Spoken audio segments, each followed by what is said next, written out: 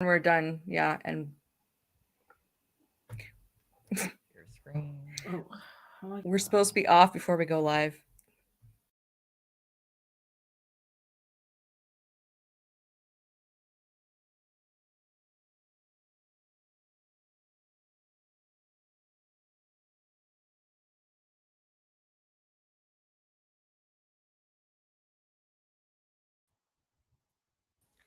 Hello and welcome Hey. to t.w.i.c. I'm Cody. I'll be one of your co-hosts today. And I'm LeNora. I'm your other co host for today. So t.w.i.c stands for This Week in Child Free, and we talk about really any recent articles or events happening in the child free community or things talking about the child free community. So if you'd like to submit something for us to talk about in a future episode, feel free to do so at childfreemedia@gmail.com. Just put t.w.i.c, t.w.i.c, in the subject line so we'll see that jump out at us. And before we start, a quick shout out to StreamYard for providing this streaming platform for us to utilize. And so with that said, this is live. So people have the opportunity to engage, ask questions, add comments, and we highly encourage that audience involvement. So feel free to do that. And if you're watching or listening to this in the future, I hope the future is going well, but this will be archived and you can still join us in the comments wherever comments are made available. So with no further ado. The future has to be well. Like we need hope, right? All right. What have we got? All right. Today? So as usual, I just kind of scour the internet for topics and stories that are child free-esque related. I don't really read them. So we kind of read them blind and react blind while we're doing this. So if we're making odd pauses, it's because we're trying to read or look ahead to see what the heck the article might be talking about. So you're getting raw reactions and that can always be interesting. So with no further ado, this came from insider.com. The title is I Don't Have Children of My Own, but I show up for my friends with kids when they need an extra hand. So Well, I that's thought nice of them. that might be interesting. Kind of, break the stereotype that society seems to think about child-free people, that we just don't care about others. So it starts out, I'm childless by choice, and I'm well aware of how hard motherhood can be, just hanging out with my friends who've had kids in recent years. I've noticed how they're always in go mode, and she witnesses them constantly thinking of what needs to be done and who needs a doctor appointment, upcoming events, blah, da, da, da, da. She's heard women in her life lamenting losing close friendships after they become moms, and she doesn't want any of her friends to feel that way about their relationship. So the first heading here is my friends are still the same fun people I used to hang out with before the kids. LeNora, any thoughts off the hip here? I'm already suspicious of this article, but it depends on how long they've been parents. Okay, well, I'll try and reserve what lack what judgment I have left leave it, as you'll we go reserve it. on, Okay. because I need some more information. Yeah, so let's see. It was a hard transition for this person going from spontaneously doing everything under the sun with their best friends to having to schedule meetups because, as mothers, their priorities and interests have changed. And the priorities as parents, I would agree they probably should, and interests are going to change and evolve with that as well. Let's see. So one instance is normally an hour into Sunday brunch. She's had a few mimosas and tequila shots deep. Wow. In the Sunday brunch. All right.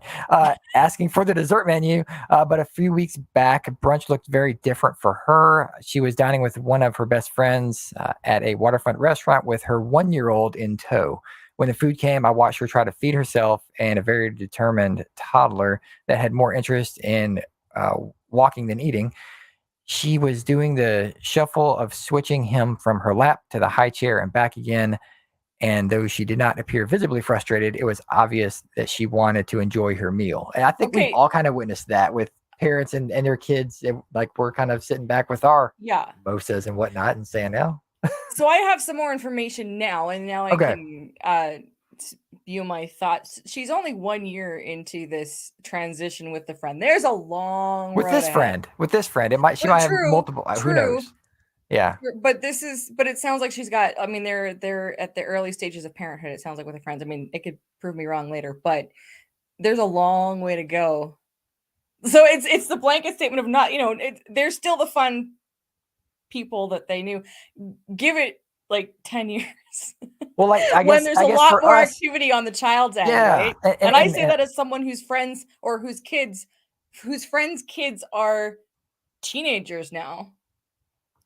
And you're like, yeah, there's it gets really busy. and I would imagine that they're different now, having teenagers, than they were back dealing with a 1 or 2 year Oh old as yeah, well. because you So could still have. I found you could still have conversations, even when there was a lot of activity. And there's, especially if they're nursing still and stuff like that, there's a lot of activity. But even as the kids got older, I thought I would see my friends with kids more, but they get busier because it's kids have to be taxied everywhere and they've got all these events and, then they have friends. It's just, and then they get more into a routine with other parents is what I mhm, really learned. mhm. That's So just do you my think experience. So child-free people may kind of be shuffled out of the rotation and like I, more parent bonds yeah, made with yeah, kids' not, parents? And, yeah, generally, yes. yeah. Even with Okay. best intentions, and that's not like 100% guaranteed or anything. But as they get older, because you've had I've seen that the parents have more time to develop relationships with different parenting groups, especially as the kids start school. Mhm, Because again, you think, well, the kids are in school now. There's lots of free time. My friends thought that as well, but then it turns out they were trying to get the house clean. Then they have to go pick up kid X, Y, and Z from two different schools, and then show for them to whatever they needed to do. And then weekends were busy, of course, because the kids develop a social life of their own. But then the parents tend to have to cater to that, and that's mhm. a stay-at-home mom, a couple stay-at-home moms. So Yeah. really the early stage was easier. I saw more of my friends when their kids were little and around than school age. Yeah. So So and again, they have more time to develop when they realize, oh, it's easy to have friends who have kids because then the kids can play together and we can be inside or whatever the case is, yeah. right? Yeah. So if any parents stumble across this, what we're talking about right Mhm. now, chime in. Like, let us know. Did you have child-free friends that Yeah. kind of shuffled out of the mix, or just kind of stopped engaging with you altogether because of the responsibilities of everything that comes along with having children and your Unless social life changing and all that unless you're stuff. like my brother where he had his kids at 19 and now his friends at 30 something are starting to have their first and his kids are like they don't need him. And Yeah. so he's like, I need child-free friends now because I don't want to hang out with parents with new kids, young kids. So I mean, there's always exceptions to the rule, but Yeah. Yeah. do So you I, do I you not have friends that have kids? oh yeah, yeah, yeah. Okay. I do. Do Yeah, you, yeah. all right. So I mean, the majority of like all who I would call like my best friends from college, like they almost all have kids, and Right. so Do you see them? um, not as much as I would like to, but that's Okay. I think more of a distance Oh, issue okay. than social Got it. constraints. So I think we're getting into the meat of this article here. So Mhm. this person says, after a few minutes, I extended my arms toward her and said, "I'll take him. You eat your food," basically. The baby and I left the dining area for about 20 minutes, taking a walk alongside the building. He played with our shadows, climbed steps. We sang a few nursery rhymes as we sat in the sun, and he had a great time. Just a pause there. Well, that seems strange. I mean, I guess you could have held the baby and conversed with her friend and tried to entertain. Like, you don't have to leave the restaurant. Now her friend's eating by herself. So, Um, yeah, okay. well, it's like mothers need time to themselves because okay, one time I remember this distinctly. I think this was one of the last times I went over to my best friend from high school's house. Her youngest was still not able to speak English because they're from Russia, so she would have been 4 or something. And the youngest and I were playing on the carpet in the living room. And then my friend says to me, "Can you just watch her? I'm gonna go shower." And then she tells me later, she's like, "I never get a chance just to go shower." I was like, "Okay," you know? So it's like you realize, and especially when you don't have kids, and we know this that babies are clingy, little kids are Mhm. clingy. But I saw like she never gets to do anything by herself. So any chance you get, Yeah, which yeah, this, I mean, this is a nice friend where she's willing or to, entertain the child so the mother has a chance to eat to, for 15 minutes alone because that's a real thing. yeah, yeah, And a big reason why a lot of us realize we don't want to have that experience, you yeah. know? So she goes on to say, I could have been irritated about my own food getting cold, um, or thought this is why I don't have kids in quotation marks. Instead, it was more important to me to inconvenience in quotes myself so that a dear friend would not only feel supported but know that her child was always welcome to come along. So just being supportive, I get it. Okay. Next heading is I'm there for my friends and their kids. Basically said that before, but okay. Um, let's see. There are many times when I would rather not be around kids, but showing up for people I care about is far more important. Even as a childless friend, I understand how crucial support is to both novice and veteran parents. And I think that the key word that all child-free people are dinging into is the word childless. So Yeah, I know. That's what's going um, off in my brain right now. yeah, so this person it may have wanted kids or No, maybe trying no, to she have did kids. say childless by choice. I think, is this a U? Where is this located written from? Insider.com. I don't know. Did I she say childless by choice? I think she might I thought have. she did. You know what? Okay. And it also makes Let me me scroll back up. wonder Yeah, if childless by choice. So, the okay. editor of these articles made this person use Changed it. childless because Yeah. we know that child free gets people up in arms, especially in mainstream media. Mhm. So maybe they had to go with childless because it was Yeah. more digestible, which we need to start writing letters Yeah. to the editor. I have heard of that happening before where someone says, well, that's not what I said. They changed like the Right. verbiage of Right. to fit the narrative. As long as it's not in quotes, I guess they have the ability to do Mhm. that. Let's see if there's anything here before. Oh, that's kind of the end of it. Because I can basically hear listeners screaming at us right I now, know, going, I "Well, know. they're a child." Yeah. So it just kind of wraps up. On a recent girls' trip, I mapped out all the breastfeeding stations and an airport for a friend. Also flew to Cleveland to babysit because the daycare my friend sent her kid to was closed for a week due to COVID outbreaks. She last sentence is, I'm that friend who won't ever let friendship change because a friend became a mom. The end. Okay. Look, this is very noble. This is very noble. I commend you, writer of said article. But Oh, also, okay, so she didn't mention any other friends. So I'm just going to base this off of the one Ronnie May. friend with a 1-year-old. Give it time. It's not because not because we want things to change, but things are going to change. I think that is and that's a lesson that everyone kind of has to learn. It's something that I had to learn, with friends and family who I was close to, and then they had kids. But it is going to change. And it's like with anything, we like our stuff a certain way, friends included. But look, when someone gets married, when someone goes to school, when someone moves away, when someone has a child, things change, friendships change, they evolve, and sometimes you naturally go your separate ways, sometimes not. I think Mhm.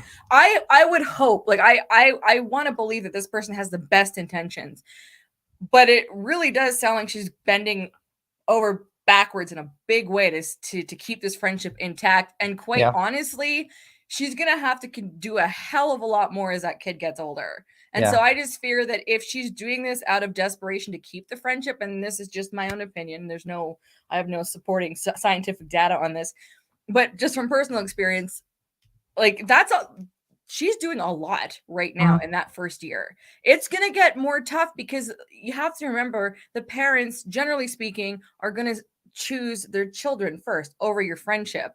And so I don't know how many friends she has, but it's wise to consider becoming independent from your friends, learning to do things like in this case, like she sounds really, oh, I hate to say it, but clingy. like I get it. I get it. You want to preserve a friendship, especially if it's a really good friendship. I totally get that. But there is also the realistic aspect of it that the things are going to change no matter how hard you Mhm. try to keep them the same. Yeah. It, Well, and so you just enjoy it, and then just also know that things are going to change. Mhm. And unless you're moving in and offering to be a nanny,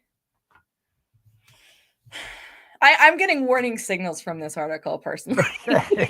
Warning bells have gone off. Well, I mean, it just as in life in general, I think there's like periods of like 4 to 5 years. Like you're gonna go through life changes every 4 to 5 years, basically. Is Right. what I've experienced, and so your kind of your pod of friends is also going to change and adjust on what's going on in your life. It could be moving to a new city or getting a different job somewhere, more responsibility with the job, less responsibility with the job. I don't know, whatever you're doing.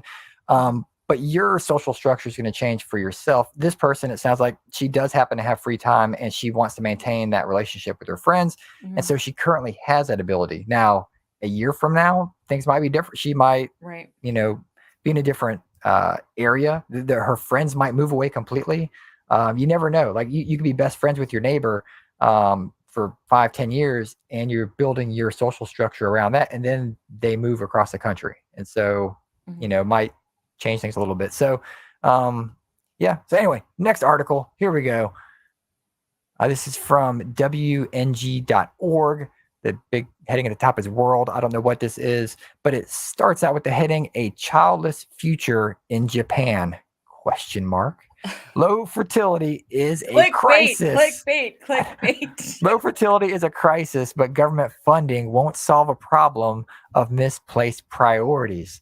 Ooh, I can see where this ooh. is going, Brad Oh, Littlejohn. we got a fight going on here. All Okay. right. Well, I mean, let's go into it with the open mind here. So the picture of just some elder people hanging out. Wait. Um, Oh, never mind. Never mind. Full access. Never mind. let's see. So again, I haven't really read any of this. I see a lot of numbers and stats, so I'll try to jump in here now. It says for decades now, Japan has been the global poster child of a graying society. Its fertility rate fell below the replacement level of 2.1 children per woman nearly a half a century ago in 1974 and has never recovered. Today, it stands at 1.3, and the country has more citizens over the age of 65 than under 25, the only such nation in the world. The country's population has begun shrinking in recent years and is on track to fall by 60% by the end of the century.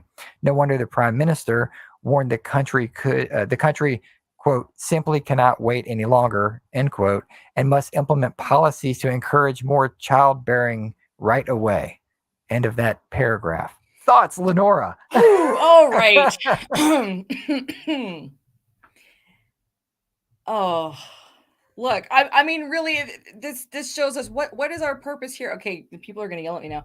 What is our purpose here on Earth? Is just to repopulate the planet. There's no meaning to life other than that. Apparently, according to this.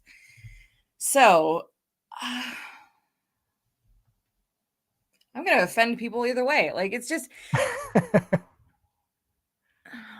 again, like I'm not an antinatalist, but when I read that, and I get it from an analytical economic point of view. Okay, they need people to repopulate to take care of blah blah blah. Okay, I get that, but it takes away, to me, that just takes away humanity, which is sounds funny to say, but it's like, what does it say? Must implement policies to encourage more childbearing right away. There's no thought that this is not the way a lot of people want to go. So you're just going to guilt more people into having kids, which is exactly what pronatalism does. And what for? Just to repopulate. That's it. And maybe that's what humanity was for, and we were just a big experiment that got out of hand, and now we have our own way, like, thinking, and we can make decisions for ourselves in some places. But is this, to me, like, does this not strike you as like there's no thought for an individual's feelings in this article?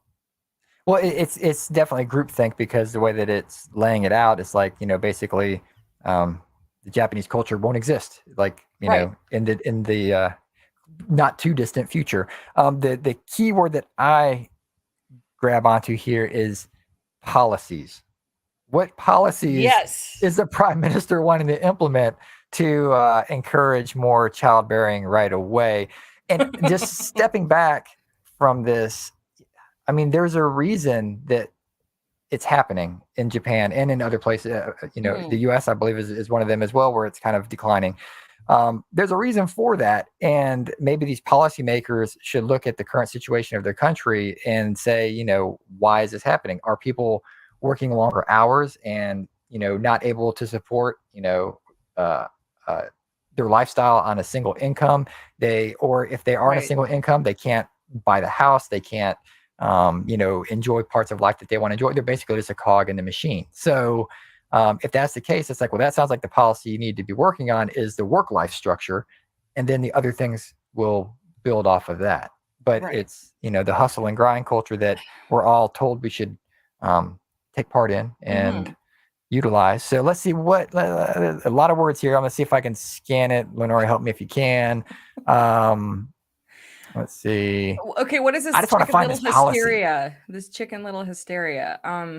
With too many humans putting too much pressure on the planet, many progressives welcomed the coming population decline. However, as many other developing countries have joined Japan on the path to national extinction, the dangers of a childless society are becoming harder and harder to ignore.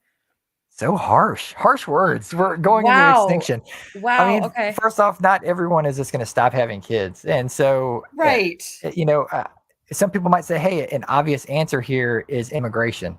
You bring in, allow people to immigrate into your country to bolster back up your workforce, because that's one of the keystones that we're always hitting the head with is it's like, well, if we don't have enough people working, they can't support the older class with the social structures in place. And they say that in the very next sentence. Really, the most obvious are the social and economic burdens of a smaller and smaller share of working age adults supporting a growing population of elderly retirees. Well, just bring in more immigrants to work in your country. But again, that seems like an easy solution, but there's other factors, like do countries want that?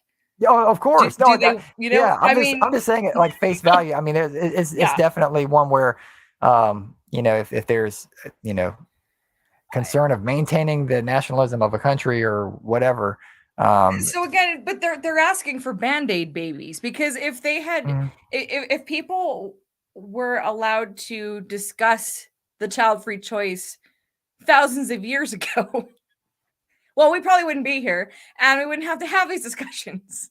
So now it's just Band-Aid babies to keep repopulating to fix a previous problem.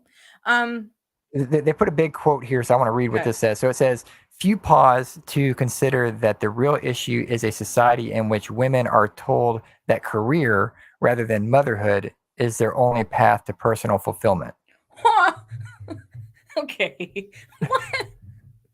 What? We're still being told in North America that motherhood is the only path to personal fulfillment.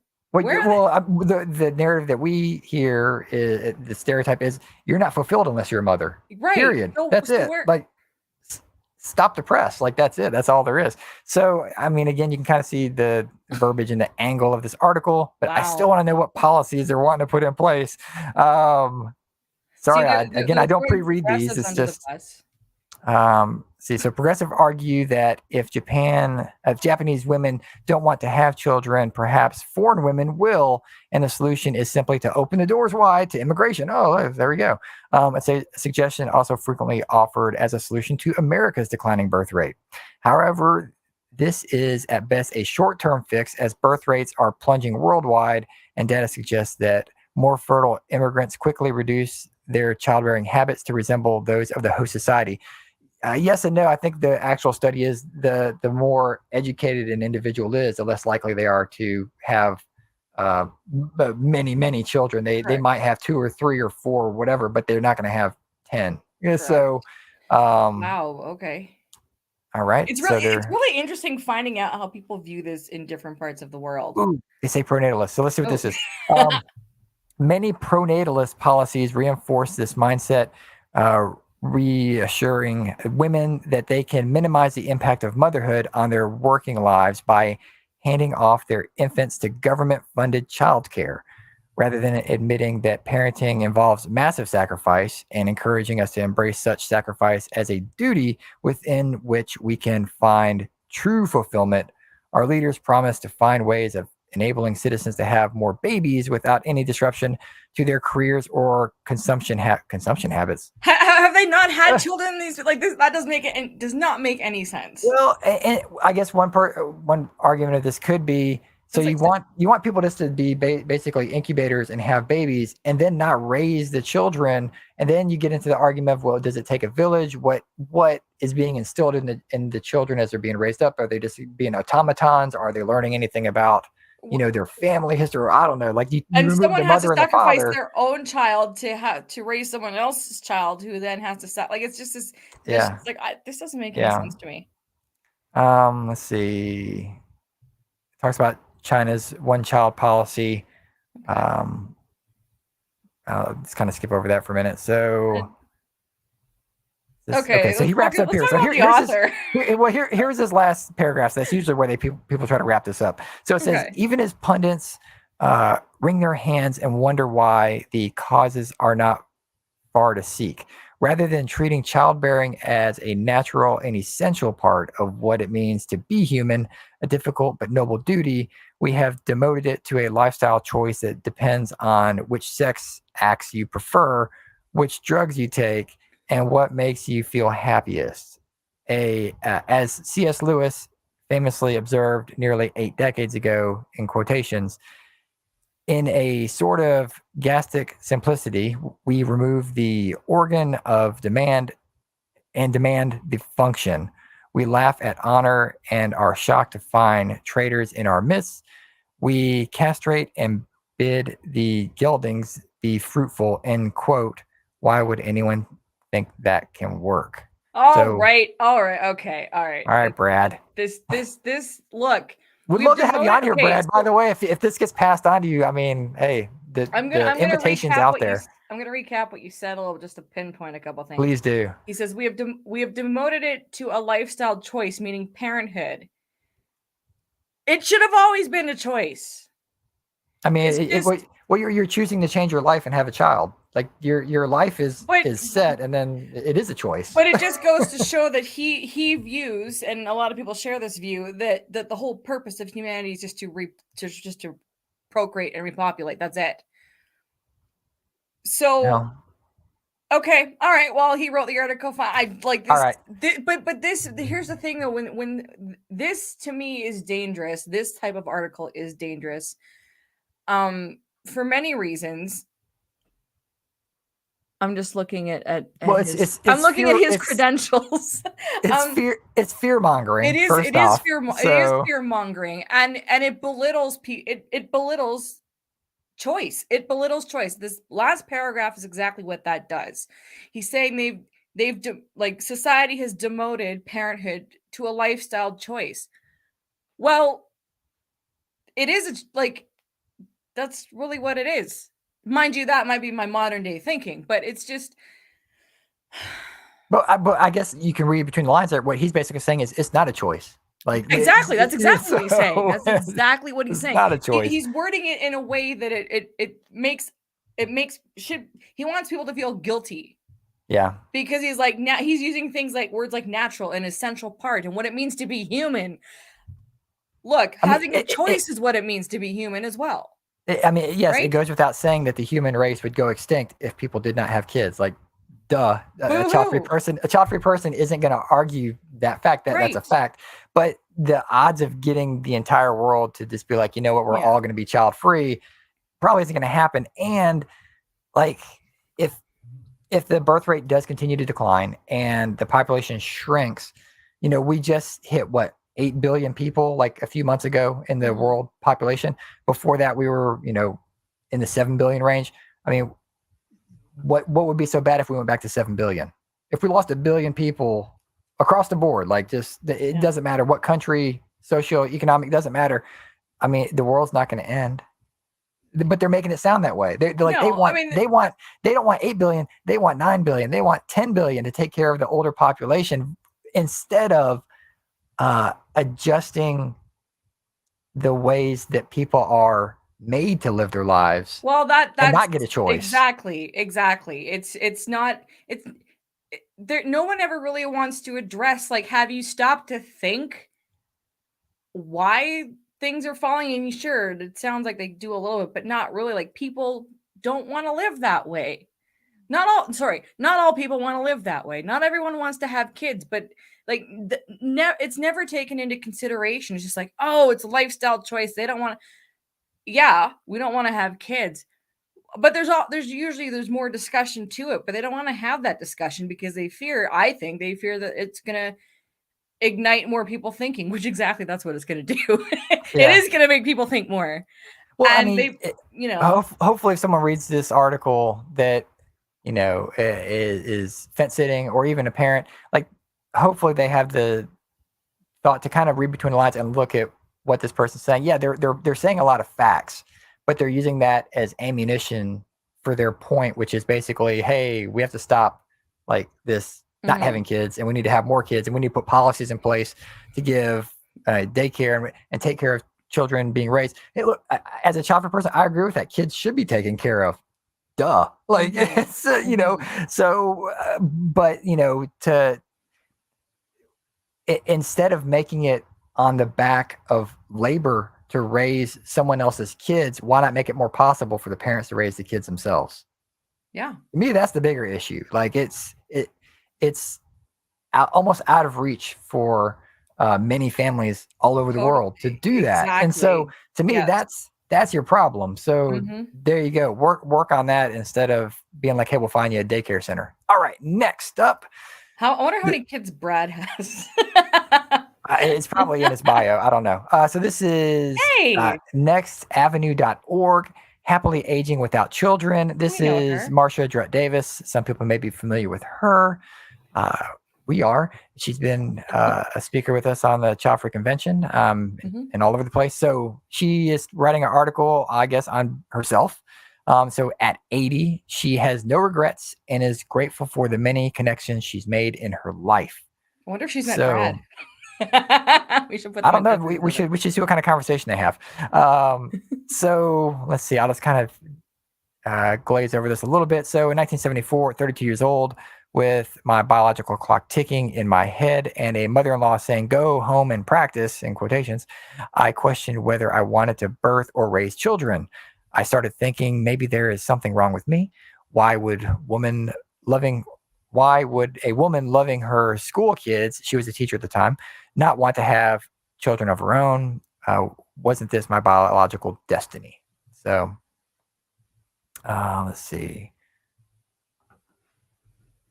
Okay, so let's scroll down for a little bit. So she found a book, and then there wasn't a lot available back in the 1970s on the child-free lifestyle.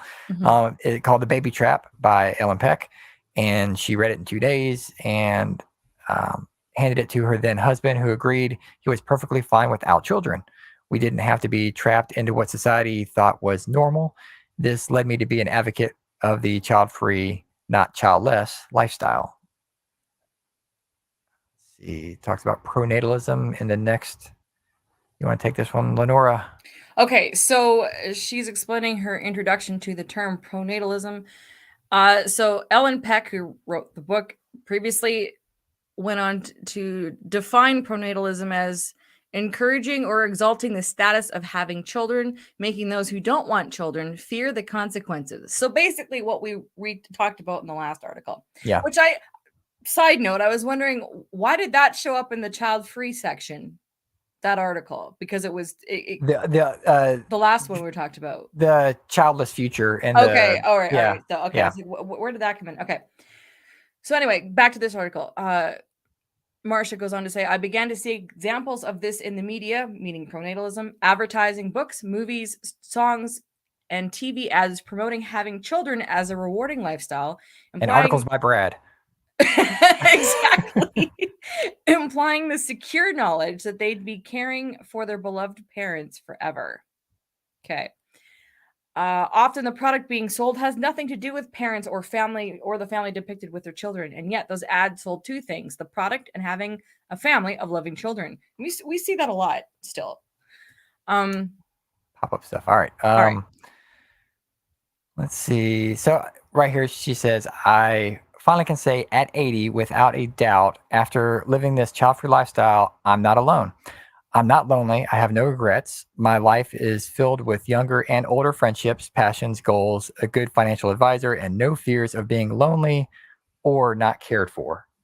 That knocks out like 10 bingos that we get Yes. right there. And also too, I mean, I will say, because to Marsha's credit as well, she is active in the online child free community, which I think is something, as more of us age into that, into the I mean, we've got a ways to go, but as more of us age, there are going to be more opportunities to keep engaged in the community, whether offline or online, because quite honestly, there are more child-free people speaking out now. As we age, that's going to grow. So I Yeah. think it's actually a good thing, because it's not a ton of. I mean, there are a lot of elderly people that do not have kids, but the level who speak out about it, who we know about, not a whole lot. But by the time we're that age, it's going to be Different, very different. different story. Yeah, Very yeah. different. Yeah. And so she throws out a quote here from Laura Carroll from The Baby Matrix, another book about about society and pronatalism. In quotes, going back many generations, pronatalism has affected us all. Whether we have children or not, we're all taught we're supposed to want children. And when people don't, we think something is wrong with us and we'll be missing out on experiencing, quote, true fulfillment in life, neither of which are true, Carol says. And I think, is there more? Oh, there's more. All right. Let's see. There's a This little is bit an about interesting section. Yeah. facing aging on our own is the heading. Can you, who are parents, say, in quotes, I don't have that disconnect with my children, end quote. I know a few parents who told me they call, visit, are here for me if I need them. I smile thinking of them. It's fortunate having that heart connection lasting a lifetime. I'm lost on everything I just said right there.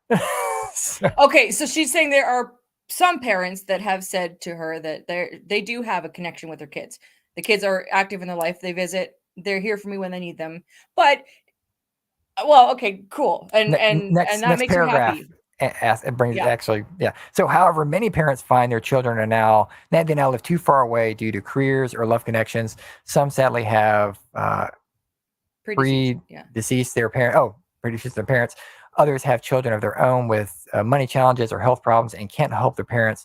Too many are estranged from the parents, or their parents are estranged from them. So yeah, so you hear from the parents that they have a great relationship. That's awesome. Some parents don't have that relationship, yeah, but I mean, it's.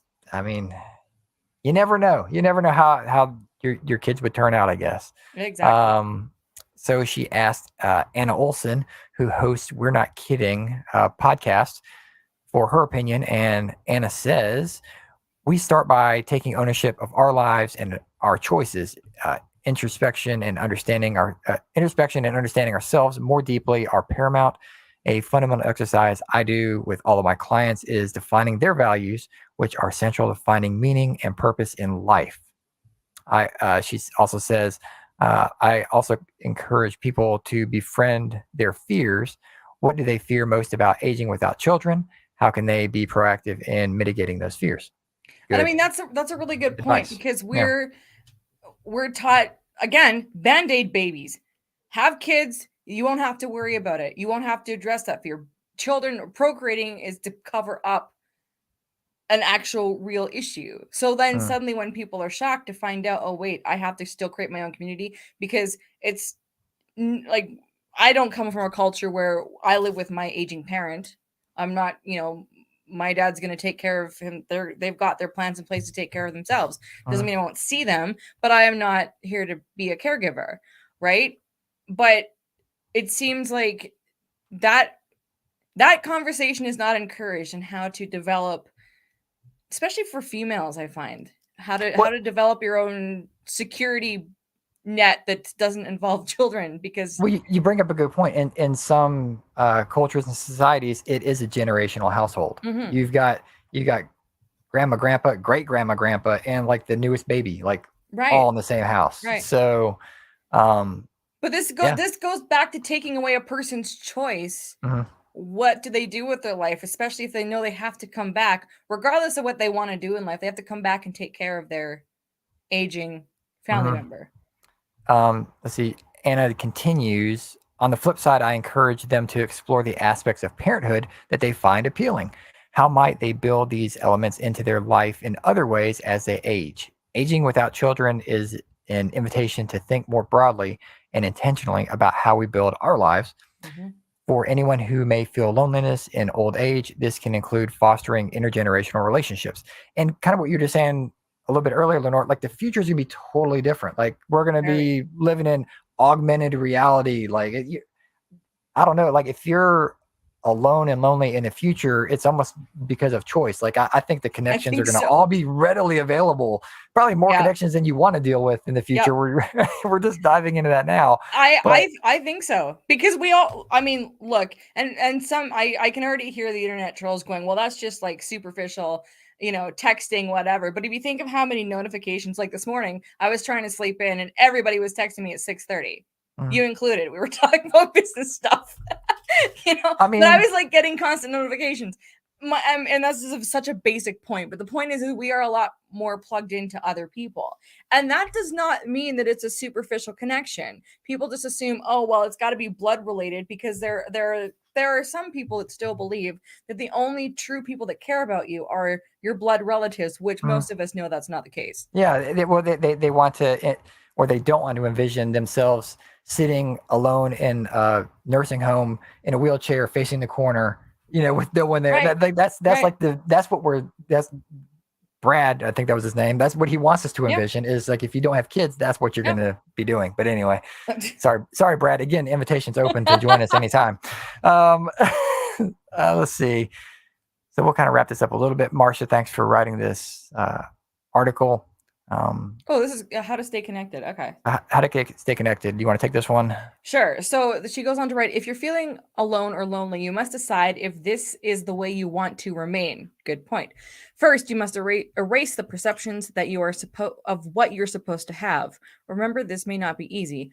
How many years have you relied on societal promises that aren't being attained? And then you can take stock of what makes you happy. So she goes on to mention a study at Birmingham. Brigham Sorry, Young. Brigham Young University. a university. Why can I not read that word? That does. Oh, Brigham University. Yeah. Brigham Brigham Young Young. Yeah. University. Wow, okay. Just call it BYU. BYU. BYU concluded that a lack of good friends and connections can be as damaging to your health as smoking 15 cigarettes a day. Okay. Oh, yeah, they did say BYU. Okay. So, according to BYU psychology professor Julianne Lundstad, over the last past over, oh my goodness, over the last past few decades now, growing evidence shows people who are more socially connected live longer, and people who are more isolated or lonely are at increased risk for early mortality. Fair enough. And goes down to say social interactions are critical as we age. How can you make those happen? And again, it's taking onus on yourself. What Anna had Mhm. mentioned earlier, Yeah. you're making, you have to make your own choices to find your group. Not always easy, but I believe, and this is now me getting personal, is that as more child-free people are comfortable to connect with each other online, and that doesn't mean you have to find someone in your city, but as we talk about this more, it just opens up more doors, and the earlier you start, it's just the better chance of building a community because you're already thinking about that instead of thinking quietly to yourself, which is a really good indication that we need to create more spaces where child-free people can Mhm. find one another, even if they're halfway across the world from one another. At least have this conversation Yeah. earlier, right? And which Well, which we all a lot of us are having already. exactly. That's what we're trying to do, especially with Childfree Media, is just putting it out there and making it hopefully more prevalent so people come across it.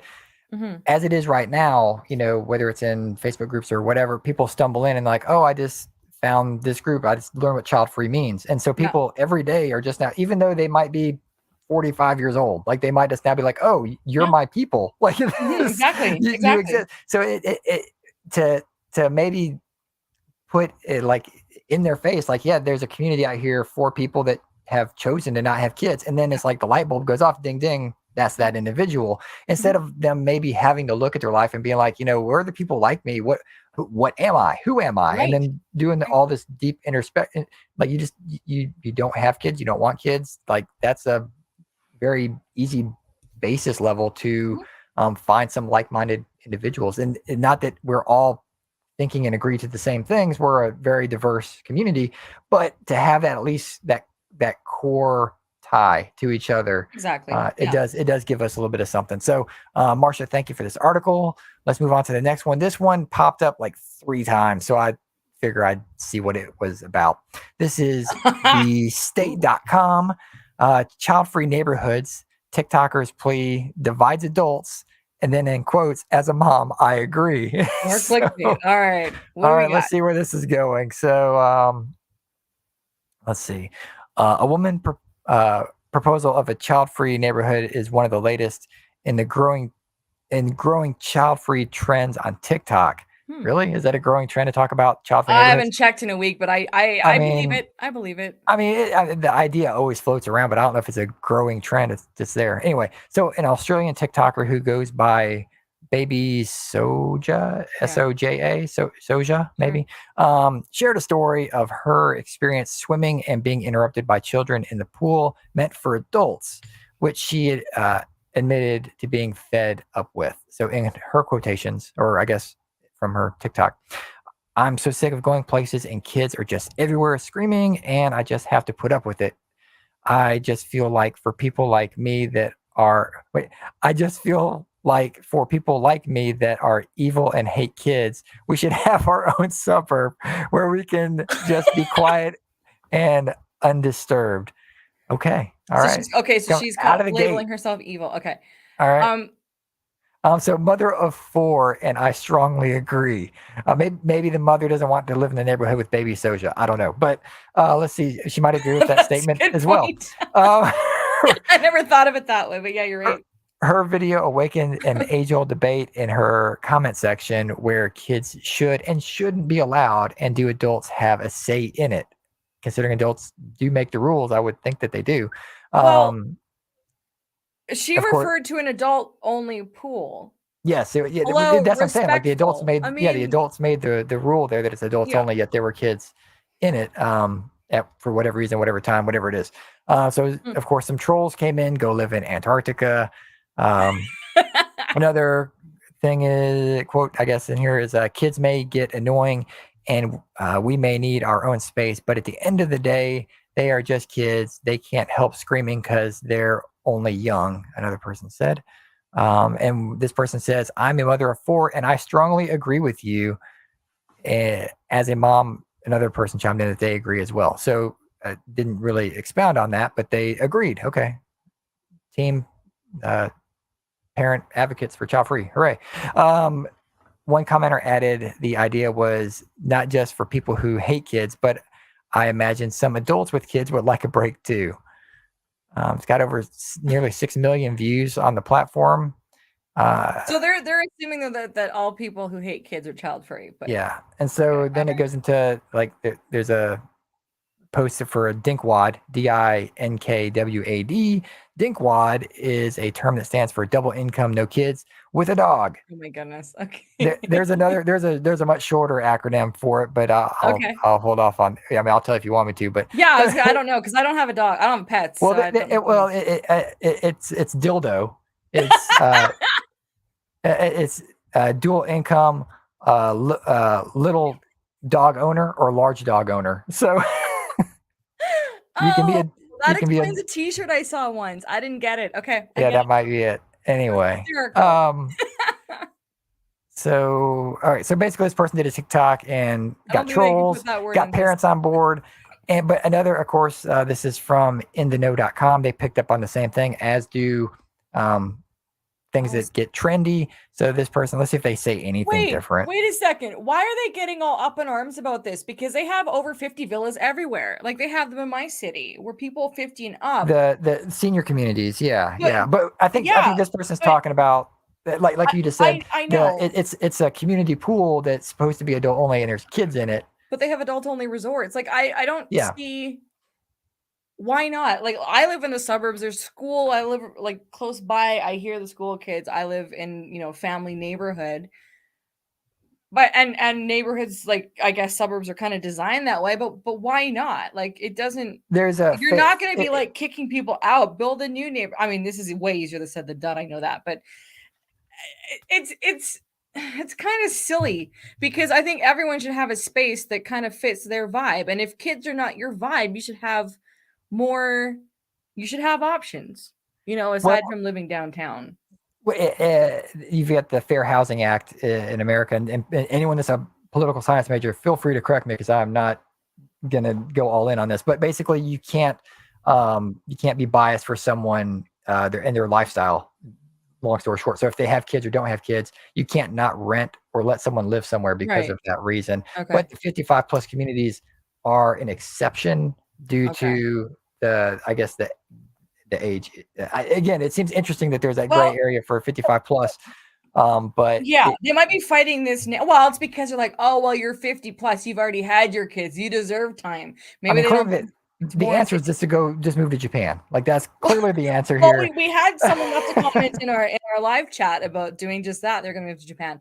But also too, I think I think 15, 20 years from now, this won't be an issue because there'll be more people who are in positions to create said communities for whatever reason. And it will have to be addressed at some point because, if enough of the population starts making a fuss about it, and then and communities realize there can be money made off of the child community. I mean, that's the key. Once money's involved, then you'll see policies start to change. Right. So okay, well, that's from In the Know, and then it also came up again in HuffingtonPost.co.uk. So the UK picked it up for Huffington Post. Basically, the same article. Got a little image of someone swimming in a pool as a cartoon. Wow. Since that was the issue. I mean, it's so funny how they really just go after, like, they go after the sensationalized versions of child-free people. Like, look, Child-Free Convention, which we moderate, has really good in-depth conversations. If we don't mind saying so ourselves. And it's not because we're saying that.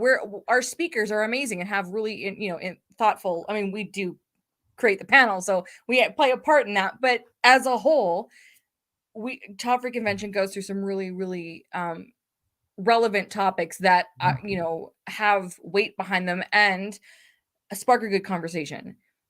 And that deserves attention too. Just put that out there. Anyway. Well, and I mean, we are currently open for speakers for the 2023 convention, and one of the topics we would like to speak about is parent allies. So parents who kind of get the child-free lifestyle, and they support it. They say, hey, that's totally cool. They love their, again, first sentence will probably be, I love my kids, but I get it. I love my kids, but thank you for having me on this Child-Free Convention panel. All right, so let's keep going here. This one is on Vox.com. With a lovely picture of a stork. It says, yes, you can have kids and fight climate change at the same time. So that just the heading alone got me interested because I want to see how they're going to try to spin it. You can have a bunch of kids and fight climate change. But why did this come up on Child-Free though? Maybe it's in here somewhere. I don't know. Look, the first thing I saw was Nick Cannon-sized family. I'm already discrediting this article. Well, I'm just interested to see what the heck it's going to talk like. How's this going to go? So again, I haven't read this. I just saw the headline. I was like, well, that sounds real interesting. So the first sentence is, let's get this out of the way first. I am not here to tell you to have children. I'm not your mother or your mother-in-law, which that's sexist, by the way. I'm not the college classmate who posts endless photos of their progeny on Instagram. I'm not your priest, your pastor, your rabbi, your imam. I'm not going to tell you about all the joy you'll harvest as a parent or all the fun you'll pay in recompense. Thank you.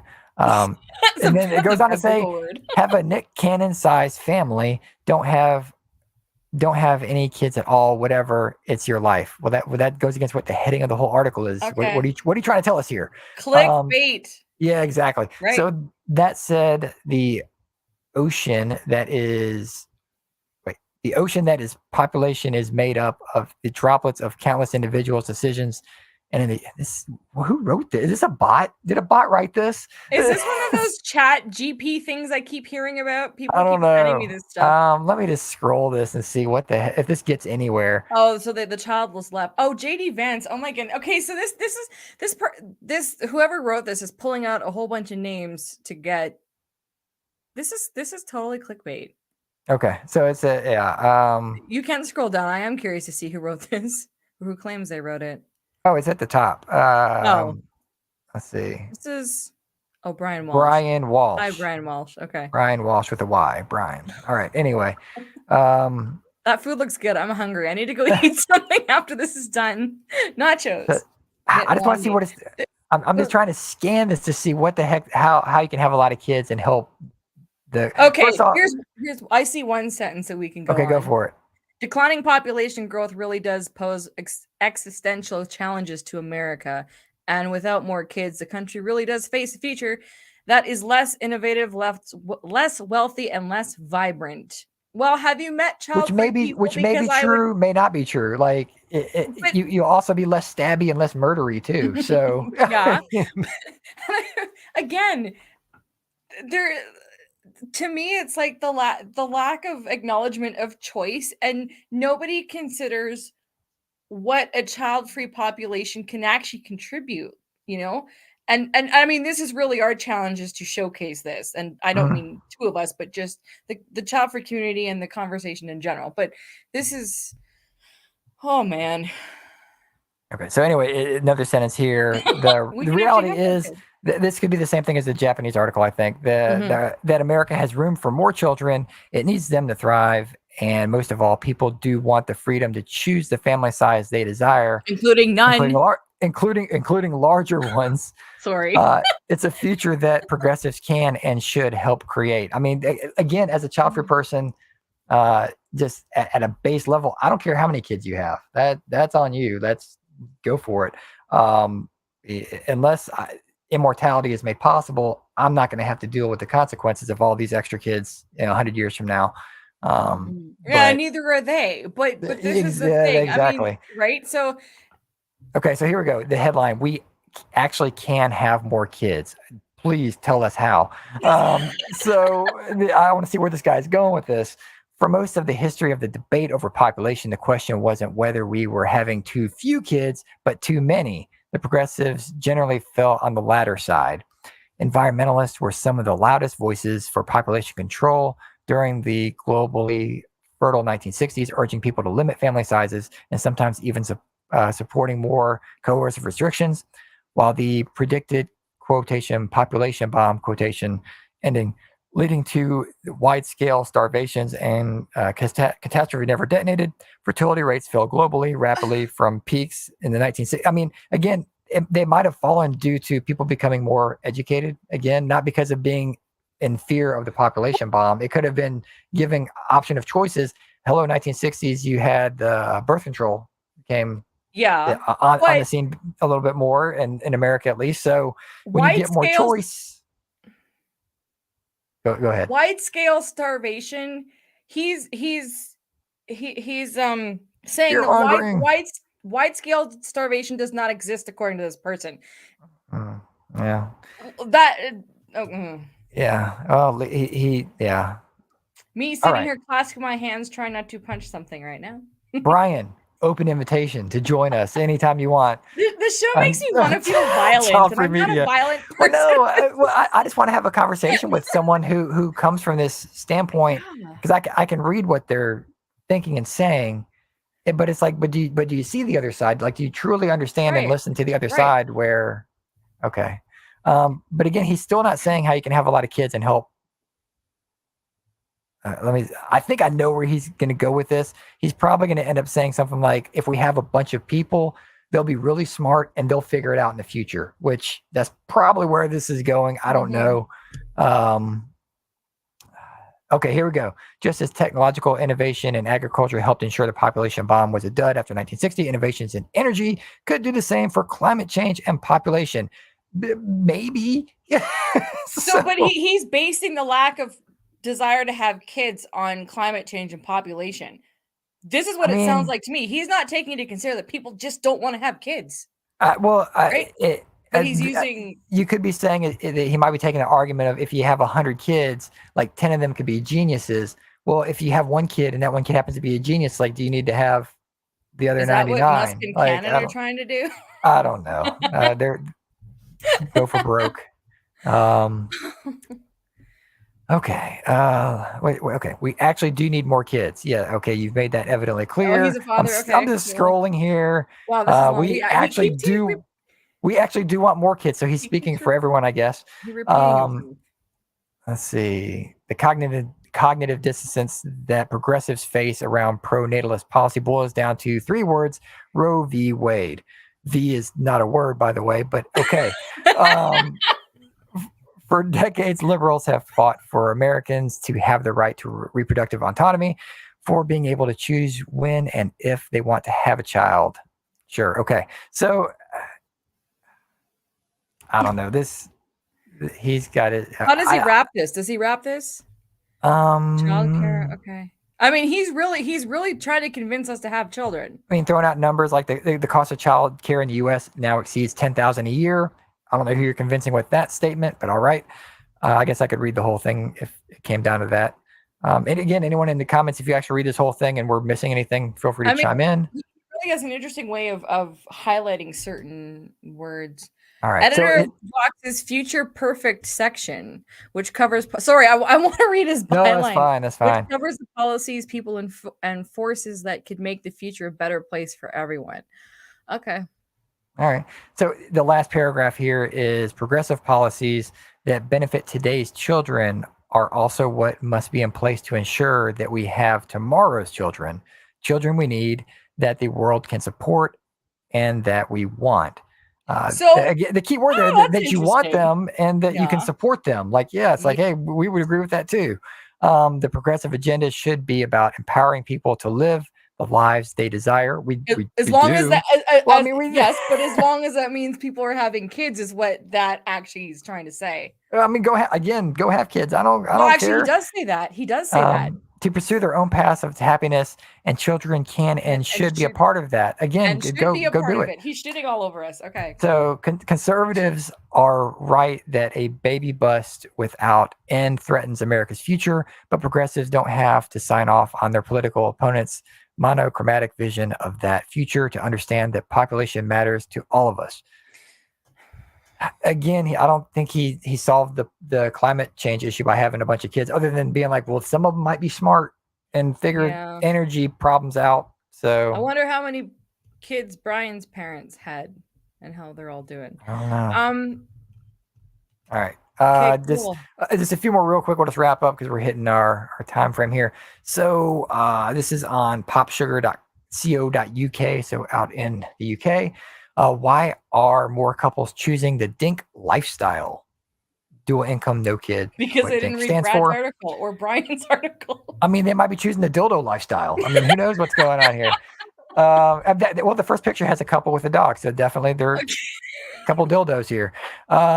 Sorry, everybody. If you're hearing this in the podcast, you'll watch the video. In the UK, a growing number of couples live a DINK lifestyle instead of the historically traditional family structure that includes having children, at least according to data.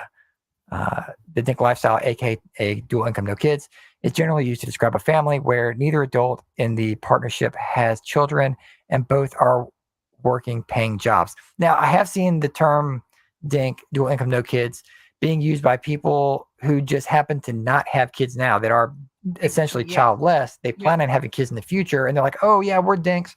And then the child-free people are like, but you're kind of not, because you're going to have kids and then you won't be a dink. So there's some fight over the actual terminology of who gets to say the acronym, but whatever. That's a argument for another day.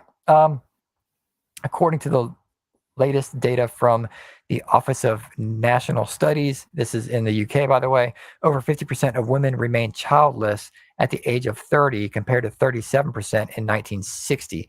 So again, they're using the term childless, not child-free. That could be just delaying having kids, not they're choosing to never have kids. So This is why terms do matter. This is Mm-hmm. why it really does matter that there is some ownership and understanding of what child free means, so we can get good data. I love data. I say it all the time, but it's always muddled with childless and child free. So Yeah. they can you can make a statistic sound however you want. So if you want to choose the larger block and say childless and include child free people in it, that's going to make it a much bigger block. But Right. that's what they want to go with anyway. Let's see. I like the next set of stats, the 18 to 24-year-olds. Um, 1 in 8 non-parents, interesting choice of word, Non-parents, okay. between the ages of 18 and 24 say it's unlikely they will have children, with over a third between 18 and 55 saying they don't have children in their future plans.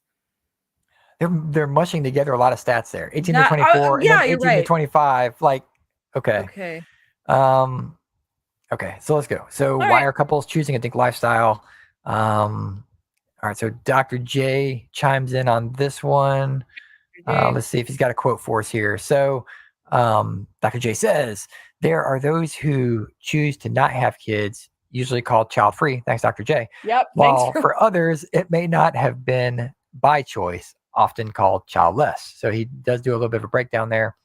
Um, so he talks about, let me see, what are the benefits of living a DINK lifestyle? Let's see, let me find a good quote here. I'm just scanning for quotation marks. Feel free to jump in if you see one. Well, he does say three items. They're not in a quote, but he does list three. If you go up a bit. Oh, okay. Three They never reasons. wanted, well, three reasons. They never wanted children. They're focused on, that word's spelt wrong, financial wellness, and they desire freedom. All good All right. reasons. Yeah, yeah. Are there any cons to living a Ooh. DINK lifestyle? This will be fun. All right, let's see. Some may say that living a DINK life means never being able to quote unquote create a family. While some define a family as having kids, child-free people are a family also. A child-free family may look different, but it is a family nonetheless. Yes. And I'm sure plenty of people will fight you on that definition. We would agree with it, but so I think that's, I guess what they're saying here, are there any Oh, cons? And this that's is like the a whole, mild challenge. He quote, or this is actually quoted by somebody else in the article, but they say the only mild challenge we've experienced during social situations is during social situations when people ask when we plan to have kids and are very confused when we tell them we aren't having anything. Yeah, I mean that's having any. Sorry, I mean so, that's a okay, common this is a challenge. child-free nation. This is what we're going to do because it sounds like this is a couple, Dinks. So if Yeah, you're with each other and you're having that social conversation at a whatever holiday gathering or social event, like reading what you just said. So the only mild challenge we've experienced during social situations is when people ask when we plan to have kids and are very confused when we tell them we aren't having any. What you add is a high five. You say we aren't having any, high five, and then like that I think would change the tone of things a little bit. They'll be like, hey, all totally. right. So Chopper Nation, high five each other when you tell people that you aren't having any kids. And if I you're think that, solo yourself, just high five yourself. yeah, I mean, just be like, I got this. Hmm. Ultimately, couples considering a DINK lifestyle should choose what's best for them. Let's see. That also goes for any couple, Yeah, I mean, anybody why not? ever that's Yeah, ever don't existed. always choose what's best for you. I mean, Yes. Yes. well, I take that back. Don't always. I hate using always and nevers. Don't. If it Well, helps you're society, right. I mean, come on, dude. You're right. But not if you have to like, you know, go against your ethos, I guess. Mhm. That next episode, we'll dive into that. Yeah. So, okay, let's jump to the next one. Child-free couples often overlooked in planning. Oh, This here's is the about, word missing from that sentence you just read. yeah. Again, hey, Dr. J, you can see his face here on video. 1 in 5 adults in the U.S. identify as being child-free. They put a hyphen there. I don't know why. According to a recent Michigan State University study, that's probably why there's a hyphen, Michigan State. Mhm. If you're talking about child-free, there's no hyphen. Let's see. So in our CFP training, which is Certified Financial Planner, they discussed advising people before having kids, and then they discussed the empty nest. But the concept of giving advice to someone who doesn't have kids or who isn't going to have kids doesn't exist. He said, you realize there are a lot of people who are not getting the right advice for them.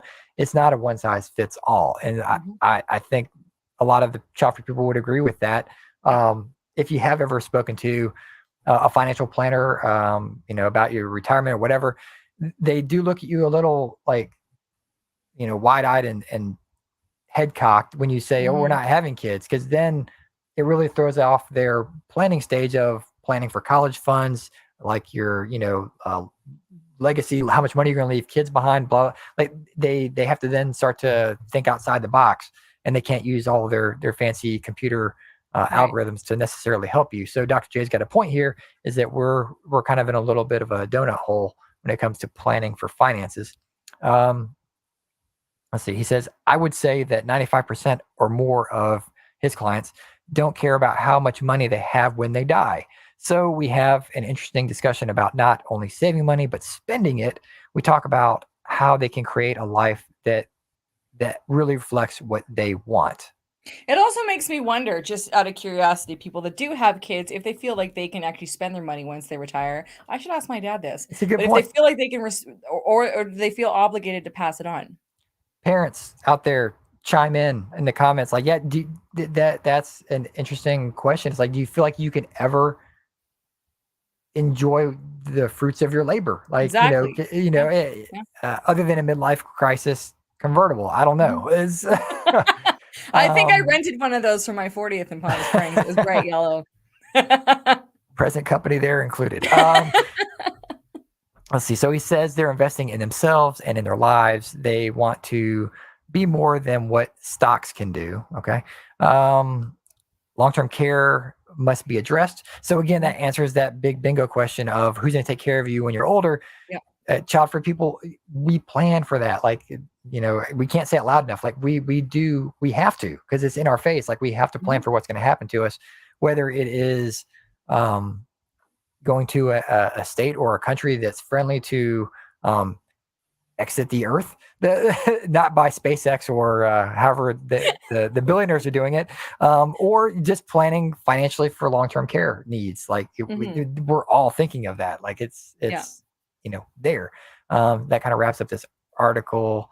But so yeah, he just encourages all clients to figure out their long-term care plans. Mhm. I'd agree with that. So I mean, that's a conversation we'll have probably at every child-free convention and beyond, because it's very relevant. And as, again, those of us who are outspoken about it as we age, um, well, I mean, we have this conversation now, but it'll become more.